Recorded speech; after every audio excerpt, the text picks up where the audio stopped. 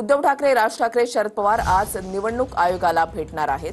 यशवंतराव चव्हाण सेंटरमध्ये नेत्यांची जाहीर पत्रकार परिषद सुद्धा होणार आहे. निवडणूक पारदर्शक पद्धतीने पार पाडा अशी मागणी मुख्य निवडणूक आयोगाकडे केली जाणार आहे.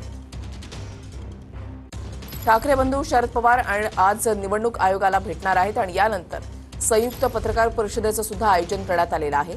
पहिल्यांदाच असं होईल की ज्यावेळेला राज ठाकरे, उद्धव ठाकरे, शरद पवार हे निवडणूक आयोगाला भेटणार आहेत. सर्वपक्षीय हे शिष्टमंडळ आहे जे आज निवडणूक आयोगाची भेट घेणार आहेत.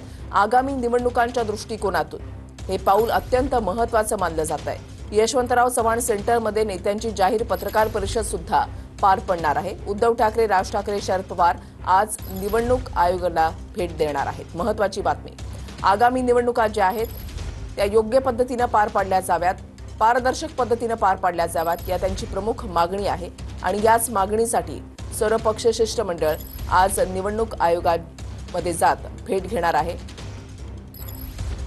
या संदर्भात अनेक प्रतिक्रिया सुद्धा उमटलेल्या होत्या, टीका टिप्पणी सुद्धा झालेली होती.